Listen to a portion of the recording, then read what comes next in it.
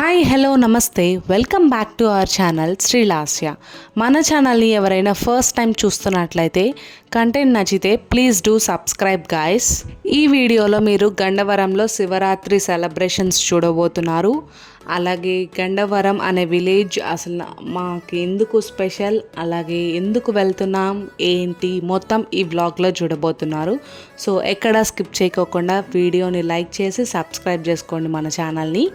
So let's go.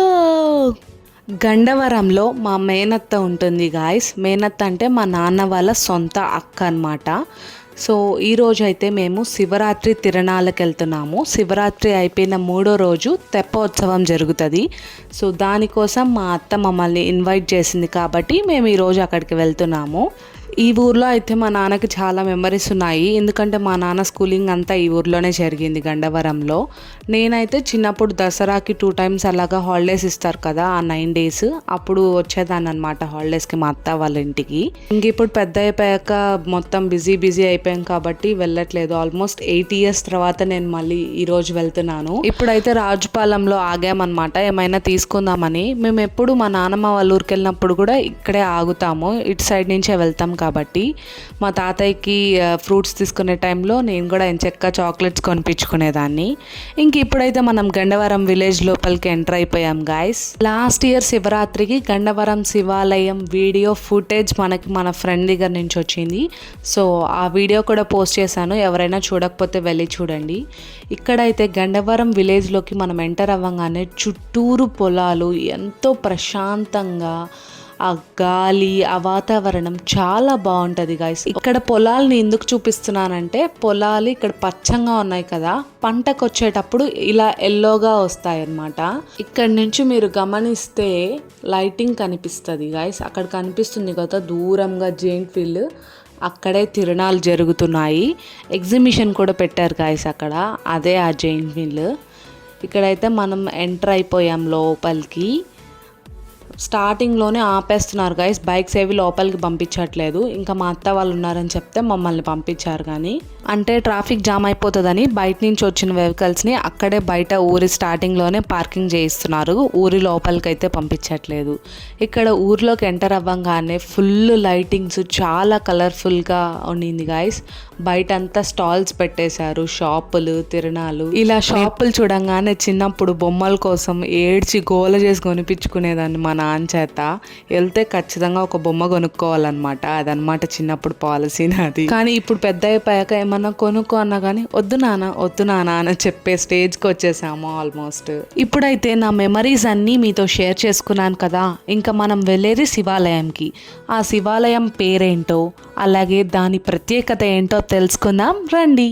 ఈ శివాలయం పేరు ఉదయ కాళేశ్వర స్వామి దేవాలయంగా పేర్కొన్నది. ఇది నెల్లూరు జిల్లాలో చాలా పురాతనమైన దేవాలయం. ఇది క్రీస్తు శతకం 1182 నుండి ప్రసిద్ధి చెందిందని చెప్తుంటారు. త్రిభువన చక్రవర్తి శ్రీ కలోత్కున్న చోళ దేవమహారాజు గారు ఆయనకు సంబంధించిన భూములన్నీ దేవస్థానం వాళ్ళకు ఇవ్వడం జరిగిందని ఇక్కడున్న అర్చకులు చెప్తుంటారు.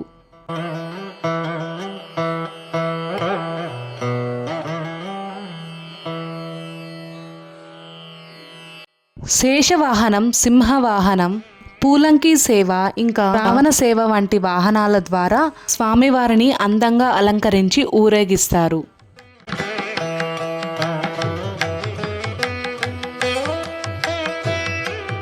ఇక్కడికి వచ్చే భక్తులు చిన్న పెద్ద తేడా లేకుండా ఈ యొక్క గంగా పార్వతి సమేత ఉదయ కాళేశ్వర స్వామిని దర్శించుకొని తమ కోరికలను కోరుకొని మొక్కులను నెరవేర్చుకుంటారు.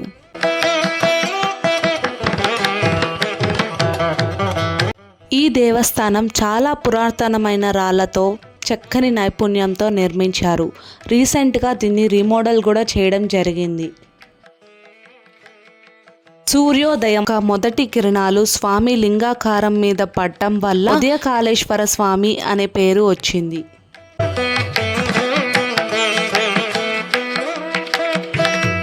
చందన అలంకారం, పూలంకి సేవ ఇక్కడ బాగా జరుపుతారు. ఎక్కడ లేని విధంగా ఇక్కడ తెప్పోత్సవ మహోత్సవాలు కూడా జరుగుతాయి. ఇంకా దర్శనం అయిన తర్వాత ఎంచక్క దేవుడి ప్రసాదాన్ని సమర్పించి చుట్టూ ఉన్న చిన్న చిన్న విగ్రహాలని కూడా దర్శించుకోవడానికి వెళ్తున్నాం.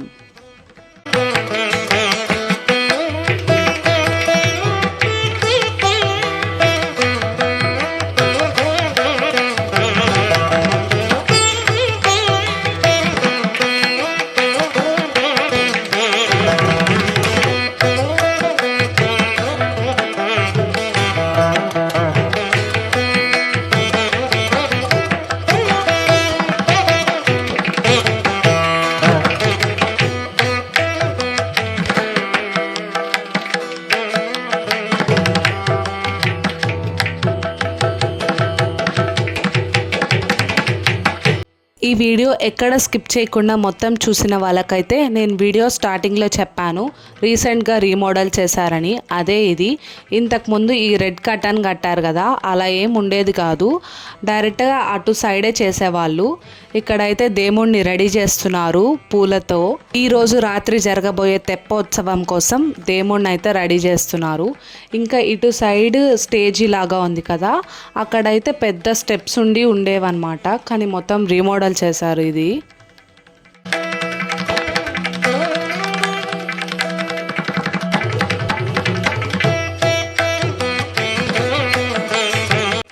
ఇక్కడ కూడా మొత్తం డెకరేషన్ చేస్తున్నారు.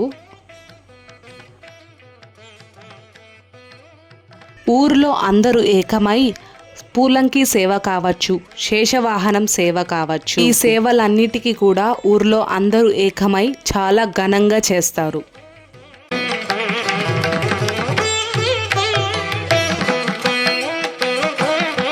గండవరంలో జరిగే రథోత్సవానికి చుట్టుపక్కల నలుమూల నుంచి వచ్చే జనాభా తండోపతండుగా ఈ రథోత్సవంలో పాల్గొంటారు.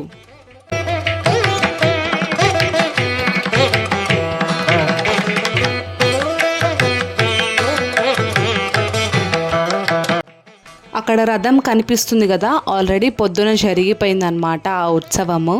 భక్తులందరూ ఏకంగా ఒకే కంఠంతో హరహర హరహర అంటూ దేవుణ్ణి స్మరిస్తారు.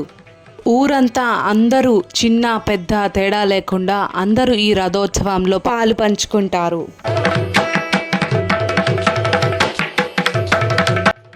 ఈ శివరాత్రి తిరణాలకి గుడి సమీపంలో అలాగే ఊరంతా గుడి మొత్తం విద్యుత్ దీపాలను వెలిగిస్తారు.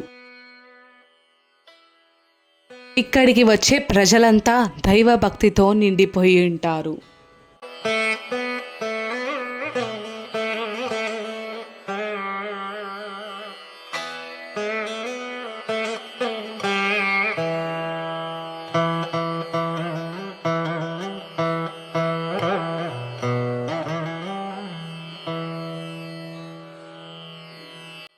మీలో ఎంతమందికి తేరు అంటే తెలుసు? రథాన్ని తేరు అని కూడా అంటారంట. తెప్పోత్సవం జరిగిన రోజు పొద్దున రథంలో దేవుణ్ణి ఊరేగించి రథాన్ని లాగారు. అదే ఇది.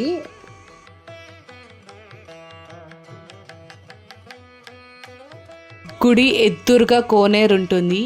ఇప్పుడు నైట్ తెప్పోత్సవానికి అక్కడే దేవుణ్ణి ఊరేగిస్తారు.